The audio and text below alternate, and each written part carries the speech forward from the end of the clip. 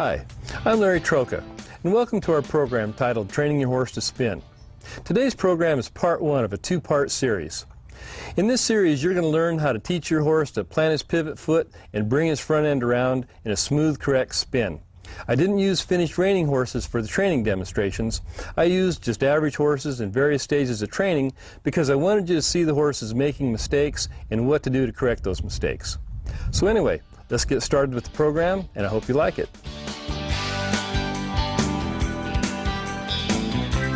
I'd like to talk about the three biggest mistakes that riders and horses make that basically keeps them from having nice spins.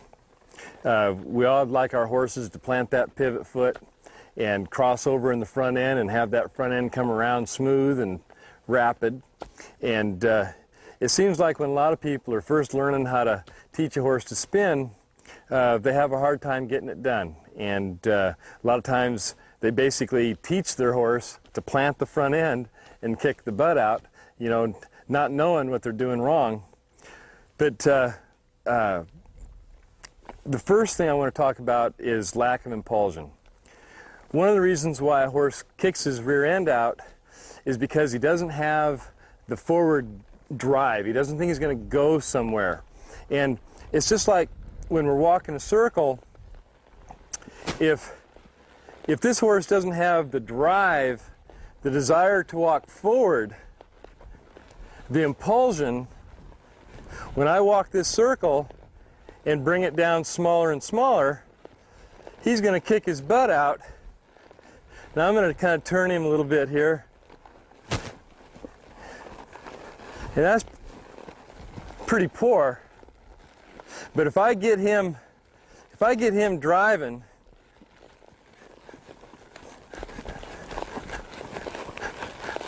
and turn him and drive forward, and turn him and drive forward, that makes him think he's going to go somewhere, and it's going to make him keep his butt engaged. He won't kick it out. He'll keep it underneath him. And I'm going to turn him, and I'm going to drive. Turn him and drive, and he's already starting to turn a little bit better.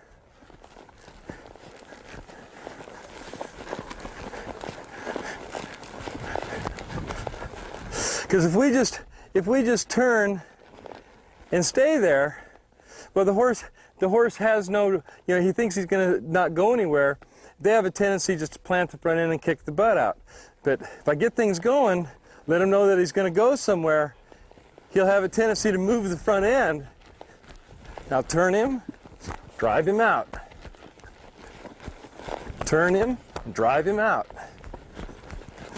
Turn him, drive him out. Turn him, drive him out. And I drive him with my outside leg. And that builds up that impulsion, that desire. Good, good. Now he's starting to keep his butt up underneath him a little bit more. Real good. So when you're at home and you're working your horse and you ask for a half turn and he kicks his butt out instead of bringing that front end around, leave right then. What you want to do is turn and leave. Turn and leave. Let him think that he's going to go somewhere. And that's what'll get that front end moving. The other thing that causes a horse to plant its front end is basically using a steady pull on the reins instead of rein release, rein release, rein release. A horse's front end, the analogy that I like to use is that of a volleyball resting on the ground. And if you give that volleyball a push, it'll go a couple feet and stop. Give it another push, it'll go a couple feet and it'll stop. Give it another push, it'll go a couple feet. A horse's front end is the same way. What I want to do is give the horse a push, let the front end go a few steps, and it's gonna slow down or stop. I want to give it another push. And another push. And another push. And another push. And that's what allows the front end to move freely.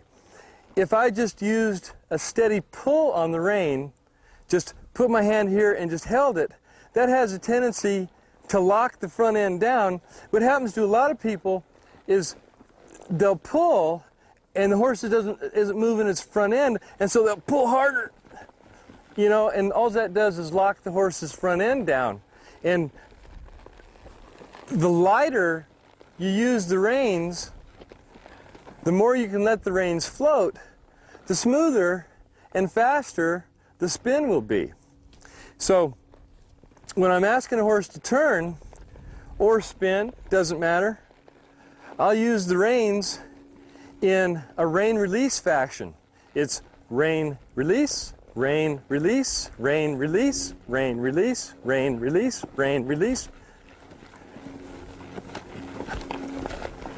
Good. Now I'm going to do it the other way, and I'm going to have the camera come in close on my hands so you can see what they're doing. And it's going to be rein release, rein release, rein release, and I'm going to use a little bit of an angle toward the horse's hip to get him to plant that pivot foot.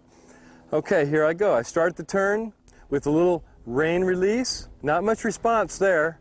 Another rein release, a little more response.